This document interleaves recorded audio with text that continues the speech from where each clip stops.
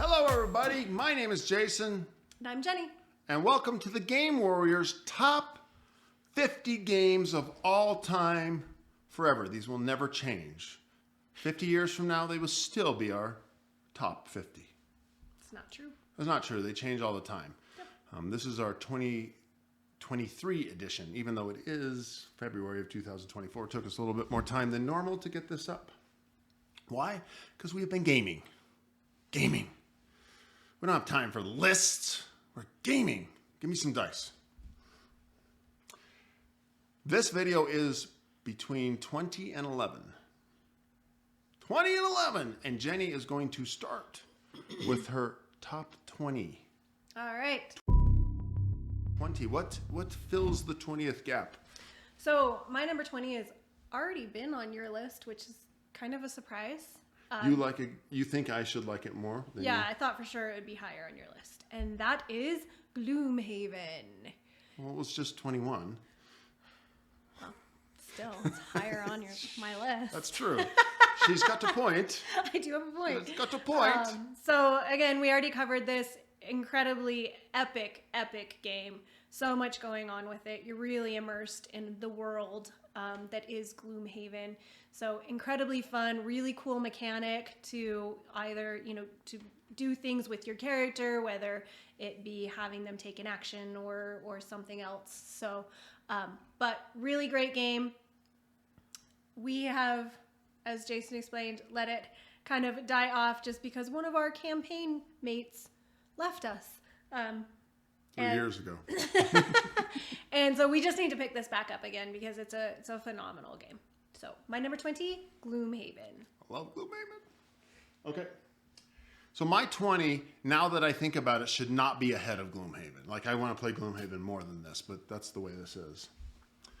So this is yet another Euro trash game from New Zealand. I'm wondering if it's on your list. Curious. This is called, this time we've left the West Kingdoms and we're going to the South. The Wayfarers of the South Tigris. It's a dice placement, worker placement. Shem Phillips, Sam McDonald, Garfield Games, classic. Love it. And it's crazy. It's in my Scholars of the West Kingdom is in our Amazon basket. And we still haven't played that. Because it's in our Amazon basket. No, we haven't ordered it yet. We will. We will. And the new one this year will be Inventors of the South Tigris. So the trilogy is almost all done. So we're looking forward to this. Scholars, but we like Wayfarers. I think she likes it. We'll see. We'll see if it shows up. If it doesn't, well, she's being real quiet, so that tells you something. We'll Ruined see. it, didn't I? I just ruined We'll it. see. I don't know. Okay. Wayfarers of the South Tigris. Okay, my number 19. 19? Is a game I am certain will be higher on Jason's list, and that is Oathsworn Into the Deep Wood. I don't know what's wrong with us. Why don't we play this more often? It's so good. So another great game. So truly good. immersive. The narrator, top notch. I can't remember who it is, but really, really good. And so just going through an immersive story with your characters, you really get to love your characters, and then oops, your character dies. So Yours hasn't. well, no, but Mine has. My character's awesome. I had to change characters in the middle swing. You should have been the big bear. Yeah, she's the polar bear. Yeah. She's having fun. Yeah. I died heroically, sacrificing myself to save everyone. And I thought, yeah, you're going to sacrifice yourself. Okay, let's rip your character up. Here's a new one. You're like, what? Oops. Oops. But Oh, Sworn is the so good. miniatures are Come into the deep amazing. woods. The huge Yep. Oh, I'll talk when it's my turn. Yeah, getting to go through both city encounters as well as out into the deep woods. So just very well done. So my number 19, Oathsworn Into the Deep Wood. So good, so good, so good. All right. My number 19 is a game that I don't know when this just came in fairly recently, unless it's a whole year has eclipsed and I've lost it.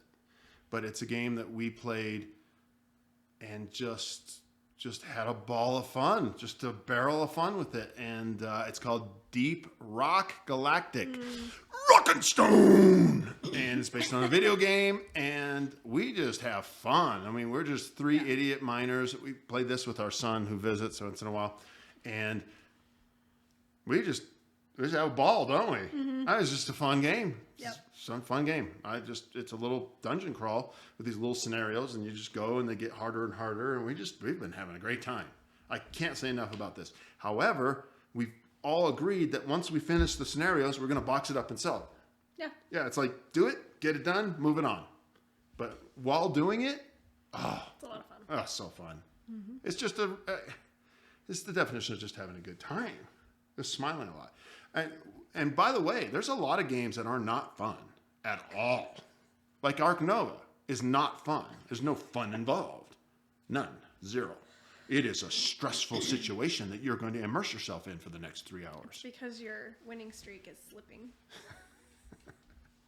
There's a lot of games that she would agree are not fun that she stands at, and I'm pretty sure it's going to be in her top 1 or 2, and she'll be, I don't even sit. You sit at the table and she just stands. You're like, what are you doing? She's like, you're going to start standing in the beginning, at the beginning. At the beginning. Yeah, she knows what I'm talking about. My number 19 is Deep Rock Galactic. All right. My number 18. 18. I was supposed to introduce that for you. It's the gracious. Okay, go ahead. And now, Jenny's number 18. That was well done. That was funny. You got to give her credit. Anyone who says she's not funny, you're wrong. All right, mine has already been on Jason's list, and that is Flamecraft. So not only is this game absolutely adorable, but it's got some gaming chops as well. So it's a very good game. It's well put together. It's adorable, but it's also you gotta string together a strategy, or you're just not gonna win this game. So Flamecraft, my number 18. Fun game.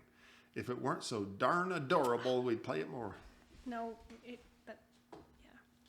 Okay, so my number 18. Now that I look at it, feels like a mistake. And it's a mistake because I did what you didn't do or whatever. Anyways, I doubled the game that I should have combined into one. So this is The Crew, Search for Planet 9. I've already had The Crew on my list. And it feels like it's too late. I didn't notice until this very moment. So now it's like navigating with grace, this wonderful mistake I've made. And I will take an opportunity to navigate with grace.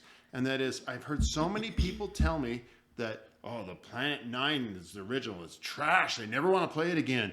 They just like the new one. No, you're wrong. We played through all 50 scenarios. We went, it got harder, it ratcheted up. It was a campaign. We got to the end. We died 40 times before we completed it. No, you're wrong. Play Planet 9. Play the 50. For sure. Play the story through.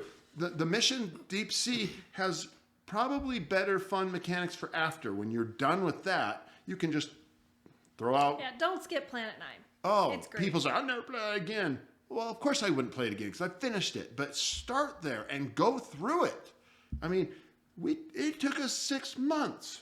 I mean, we don't play campaign games like that, but Which, by the way, I have gone back and played it again, and it's phenomenal. We've started over, but you've never finished it a second time, right? No, we've done that with new people. We've started again, back at the beginning, and you just win until you get to like 5 or 6 where it starts to get challenging. The first ones are more tutorial. Oh, when we got stuck on 46, we got stuck on 47, and it was midnight, and we're all like, oh, should we keep playing? Oh, gosh, The Crew is so good.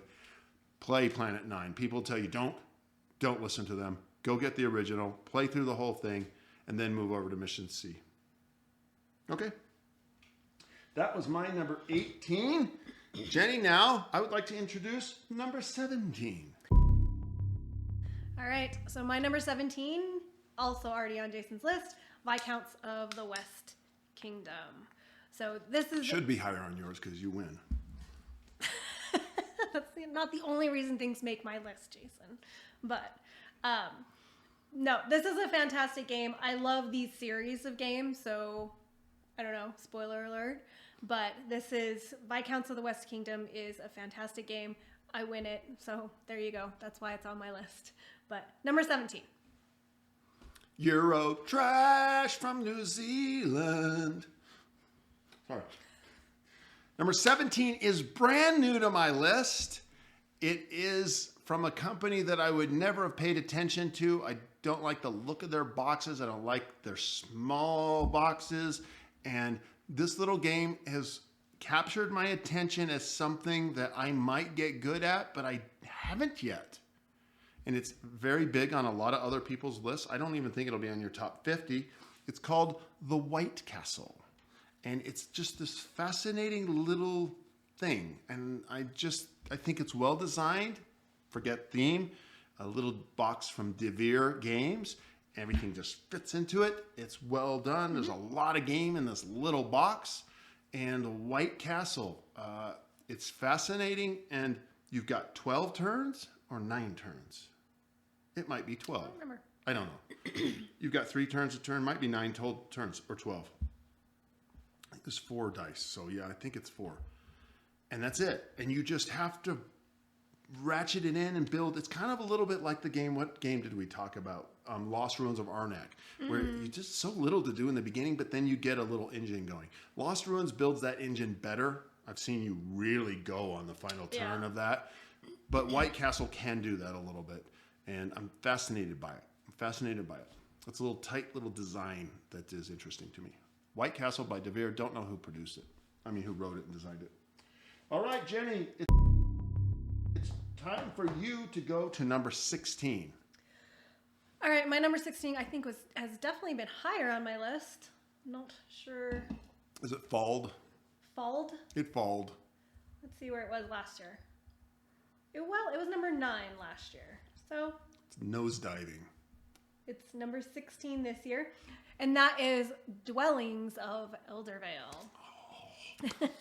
So good. I wonder if it's on my list. Dwellings is a fantastic game. Big, bad monsters. You get to pick kind of the clan that you want to play during the game, and they have very different powers.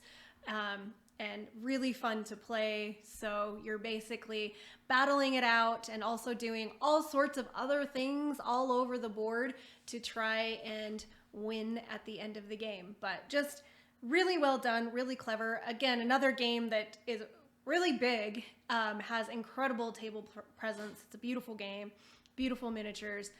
They make noise. So, but yeah, my number 16, Dwellings of Eldervale. And I believe that was designed by Luke Laurie, and he has a new game coming out, hopefully this year, called Andromeda's Edge, which is Dwellings of Eldervale in space.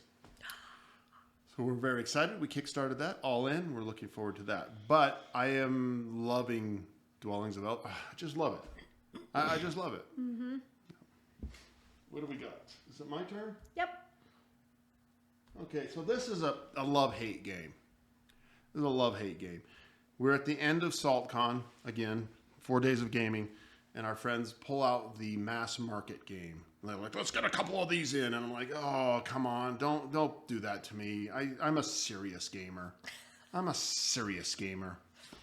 don't like this mass market game appeal crap. And boy, have we played the crap out of this game.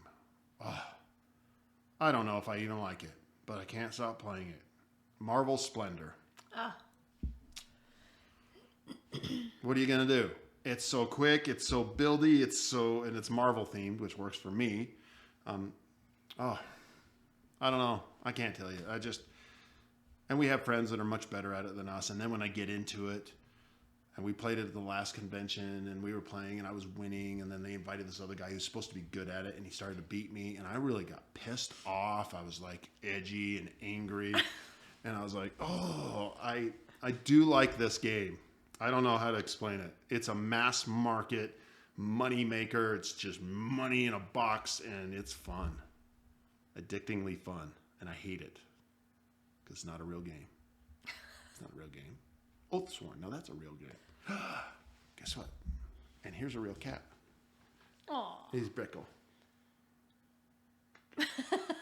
That face. Look at that face. Okay, my number 16 was Splendor, Marble, and we don't have any of the other Splendors and never will, by the way.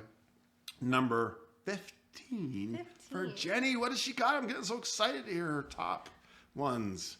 This is cool. All right, my number 15 is The Castles of Burgundy Special Edition. I am so surprised that is not higher. Yeah, well, I don't win. I do not win. This is an incredible game. Again, a classic that we picked up when it came out, again, as a deluxe version. Deluxe Collector's Edition by Awaken Realms. They did the big, absolutely every miniature. They just deluxeified every piece of it. They put all the expansions in it. And I just at the last second, last day, last pledged it. It came. It's the old Stefan Feld game, I think. Boy, I hope I'm right on that. It was the Great Classics. And dude, we played it 18 times, I think. Yeah. So ridiculously fun game.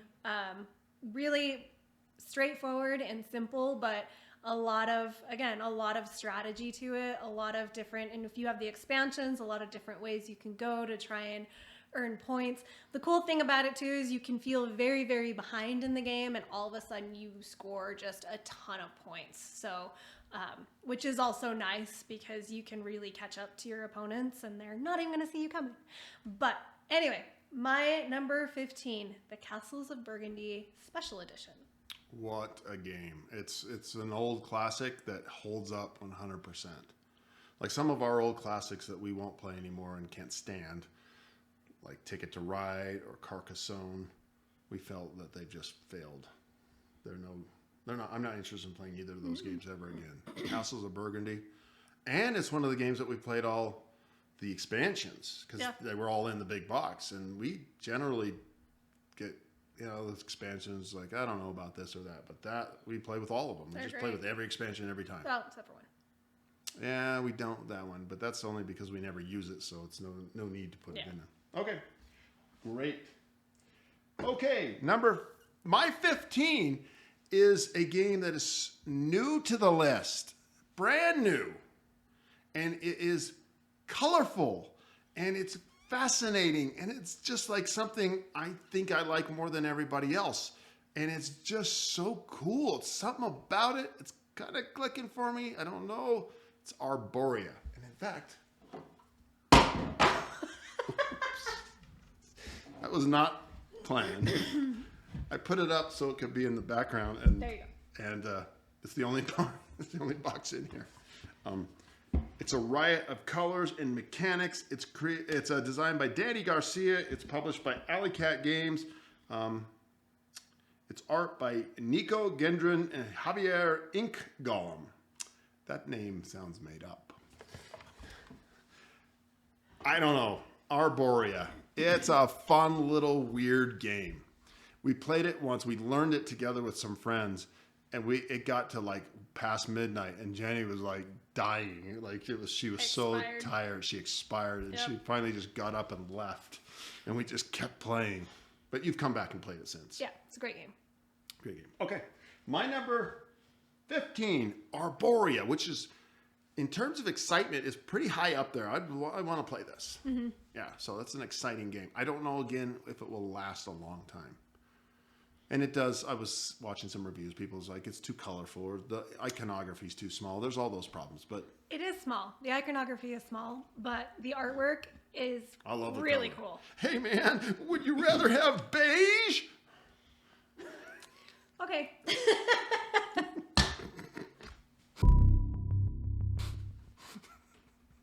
My number 14 is... I'm excited. What do you got? What do you got for us? Atlantis Rising 2nd Edition. I can't believe this is still in your top 50.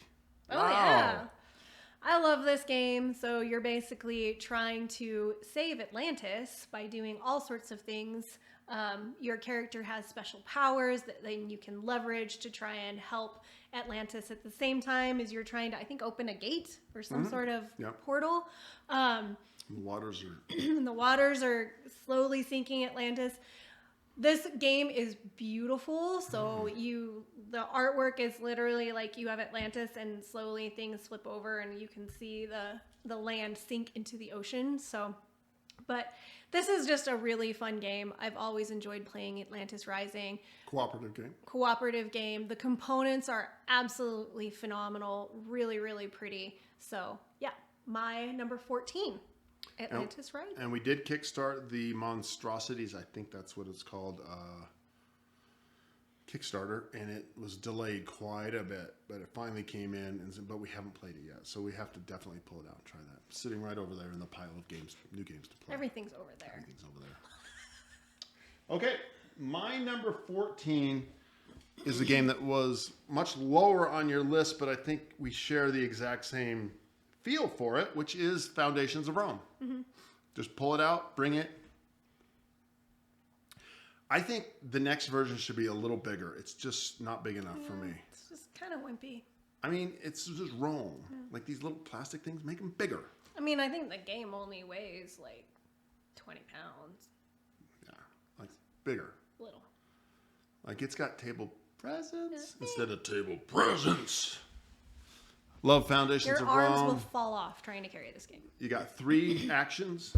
You buy a deed, you build, or you collect money. That's it. And the whole game is beautiful. So well designed. So tight. Love it. Foundations of Rome. My number 14. On to your 13. What do you got? Your unlucky, lucky 13. What do you got? What do you got? My number 13 is Massive Darkness 2.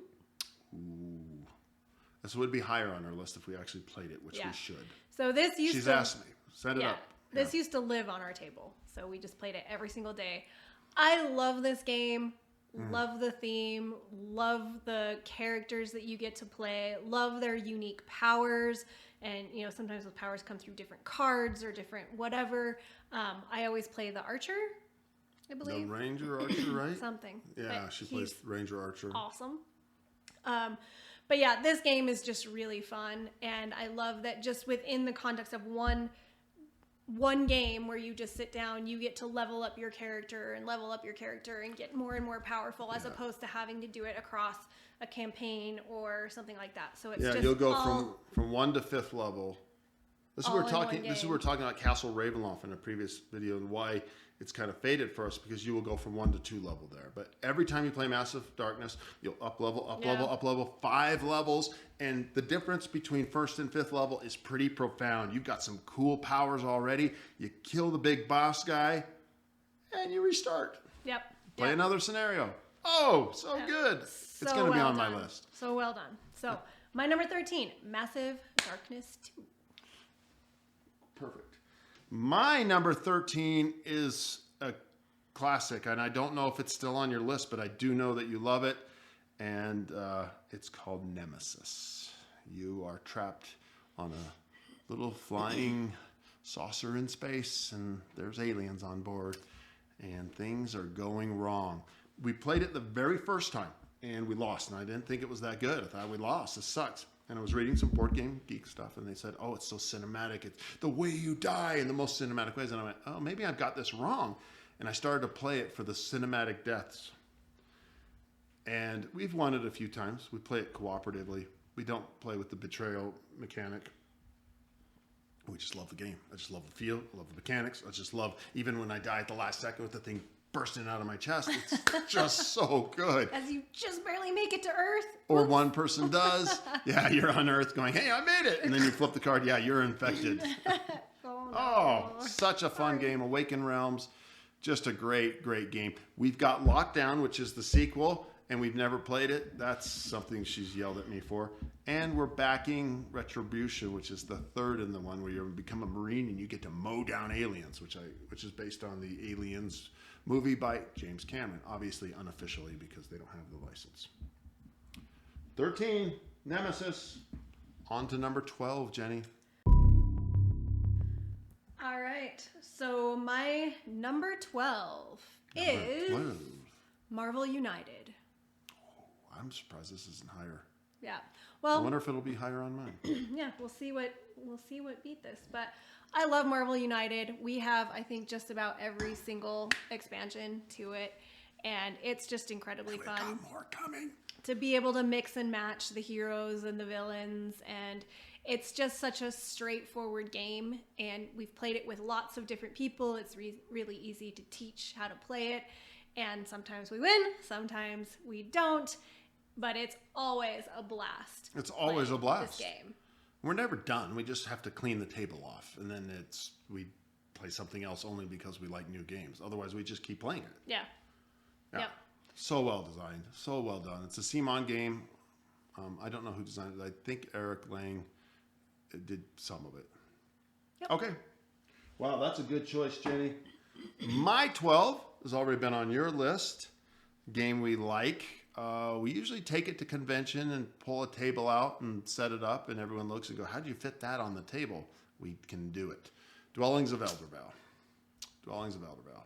We play it 2 players, and we really enjoy it. And, Great game. Let me see. I should look here. Yeah, that was my number 6. It has dropped. But that's okay. It's not because I don't like it. I love it. It's just other games are moving around.